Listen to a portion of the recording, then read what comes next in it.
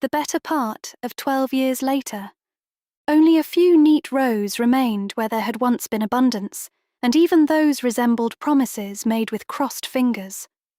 Months ago, the cases of my bakery would have been crowded with whatever I pleased to make, and the street outside would have answered with noise and passing trade. But the town had not yet remembered how to live again, and neither had my pantry. I stood behind the counter and took stock of what remained, already knowing the answer before my fingers touched the wood. Sugar low, flour rationed tighter this week, butter nearly gone, eggs unpredictable, depending on who sold and who hoarded. Not panic, just the quiet arithmetic of survival, the simple, unforgiving maths of how long a thing might last before it simply didn't. I hoped someone would come for them. Anyone. Not because I wanted the money so desperately, but because letting it go uneaten felt like a sin.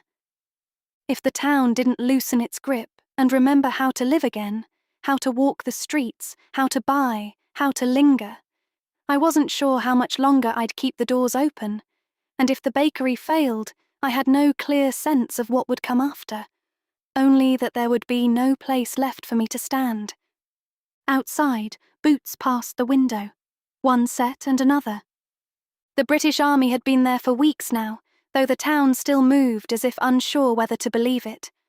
Orders changed, routes closed, all communication out of town now funneled through the post office, and only after the information warden has had his way with it. Radios and telly were permitted, but only the approved channels, and even those came through thin and distant, as if the world beyond the hills had been deliberately turned down. The occupation had been swift and thorough, weapons taken, meetings discouraged. Anything that might allow the men of the town to organize or imagine themselves formidable again was quietly removed. What remained were the basics: electricity, plumbing, medical care, and clothing enough to keep one decent and alive. No one starved, no one left untreated. Life was pared back to necessity, and nothing more. And yet, they weren't cruel. The town was managed, not punished, and that confused people more than open brutality would have. With me, they were careful, polite in a way that felt studied. Some tipped their caps. Others lingered too long at the till when I rang them, listening to my voice and straining to place it. No matter how hard I tried to clip my vowels, the old turns of phrase that belonged to us always gave me away as one of them. And now that England was back in command, I no longer needed to bury my accent, so little by little, I let it return. Since they reclaimed this territory, there was no point in disguising myself as anything but me. But who was I really? It was so hard to remember anymore.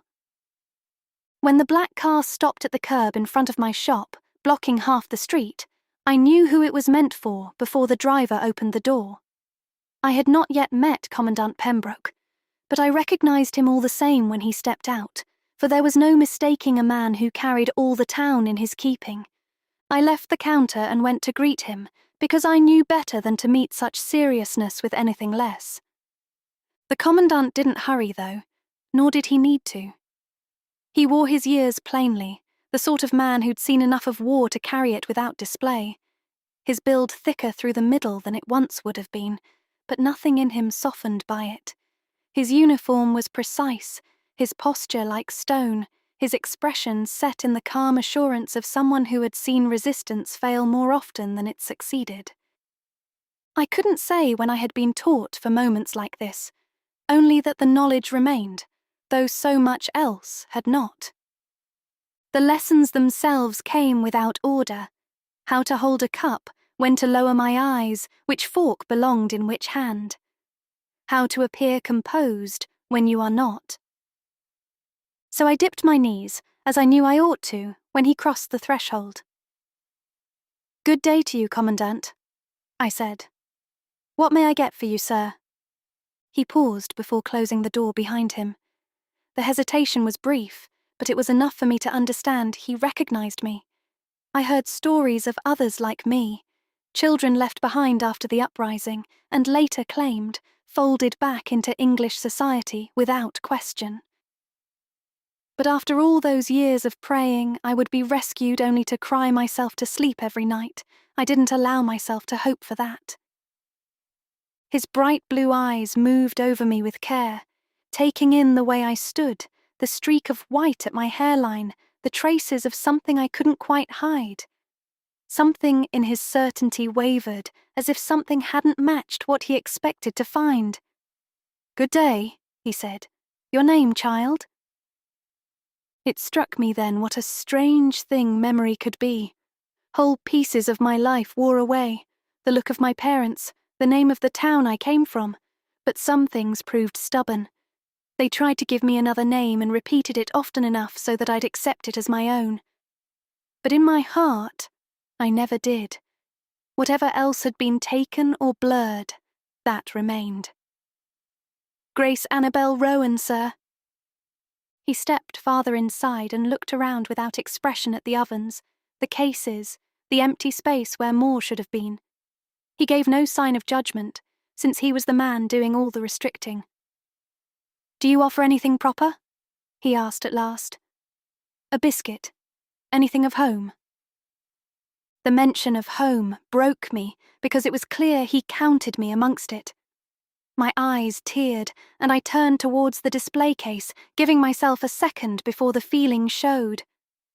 "The locals do not favour them," I said, "but I can make traditional pastry as well, if that is wanted." He gave a thoughtful nod as he took in the room again, his eyes seeming to lose focus. "Morale is a fickle thing," he said, "but nothing writes it like a taste of the homeland, I think.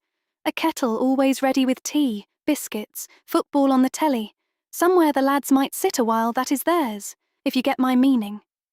A faint lift of a brow as his eyes returned to me. Funny thing about arrangements like that. They tend to draw the right sort of attention. And I understood him perfectly. He was offering kindness as much as he could, with the preference that men like him extended it. A door left open, and I wasn't fool enough to waste it.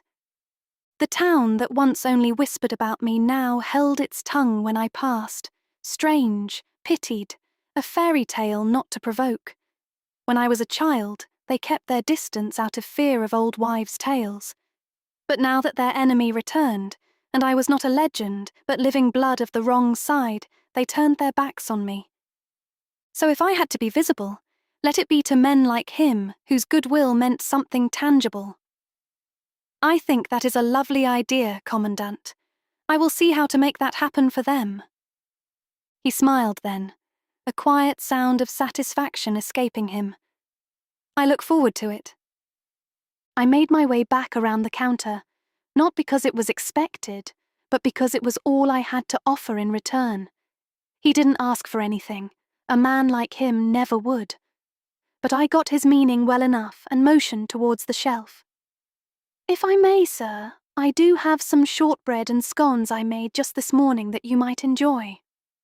I filled the sack, tucking the better scones towards the bottom so they'd still be warm when he got where he was going. Then I set it on the counter and nudged it towards him.